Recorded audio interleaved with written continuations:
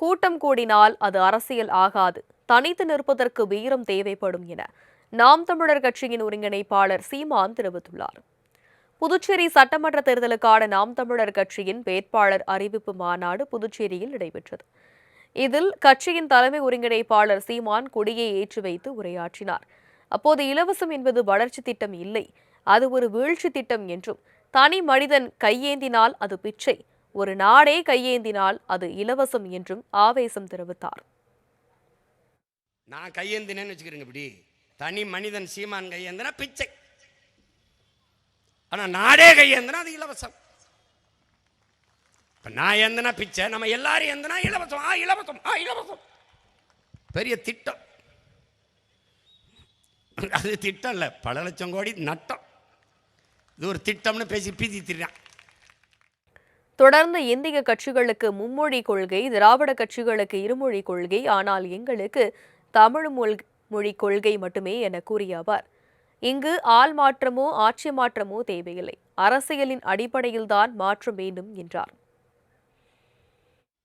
ஆள் மாற்றம் ஆட்சி மாற்றம் தொடர்ந்து நடக்கிறது.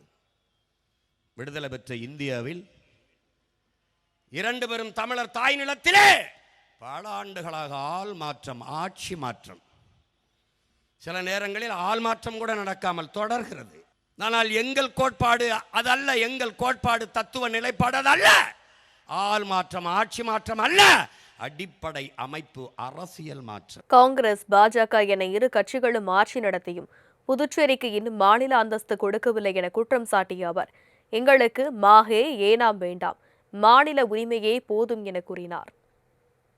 16 முறை சட்டசபையில் தீர்மானம் போட்டிருக்காங்க, புதுச்சேரியை தனி மாநில உரிமை பெறுவது, தனி மாநிலமாக அறிவிக்கணும், மாநில உரிமை பெறுவது அப்படின்னு 16 முறை. காங்கிரஸ் ஆண்டிருக்கு, பிஜேபி தயவோடு எங்கள் ஐயா ஆண்டுகிட்டு இருக்காரு. நம்ம வலுவா அழுத்தம் கொடுத்தோம், மனு கொடுக்குறாப்ல. மாகே ஏனம் வேண்டாம், மாநில உரிமை வேண்டும், மாநில உரிமை.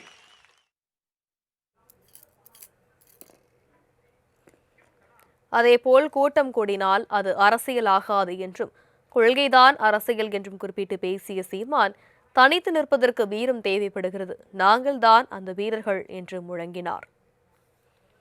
அறிவு சமூகம் ஒன்றை சிந்திக்கணும். கூட்டம் அரசியலாகாது, கொள்கைதான் அரசியலாகும். கூட்டத்தில் ஒருவனாக நிற்பவனுக்கு வீரமோ துணிவோ தேவையில்லை, தனித்து நிற்பவனுக்குத்தான் வீரம் தேவைப்படுகிறது. நாங்கள் தனித்து நிற்கிறோம், காரணம் நாங்கள் வீரர்கள், நாங்கள் வீரர்கள். தேர்தலை இன்று வாக்கை வாங்கும் சந்தையாக மாற்றிவிட்டார்கள் என்றும், அரசியலை முதலீடு செய்யும் தொழிலாக மாற்றி லாப நோக்கம் கொண்டதாக ஆக்கிவிட்டார்கள் என்றும் சீமான் சாடினார். மேலும் புதிதாக அரசியலுக்கு வந்திருப்பவரிடம் சின்னம் எது என கேட்டால் தனது முகத்தை காட்டுகிறார்.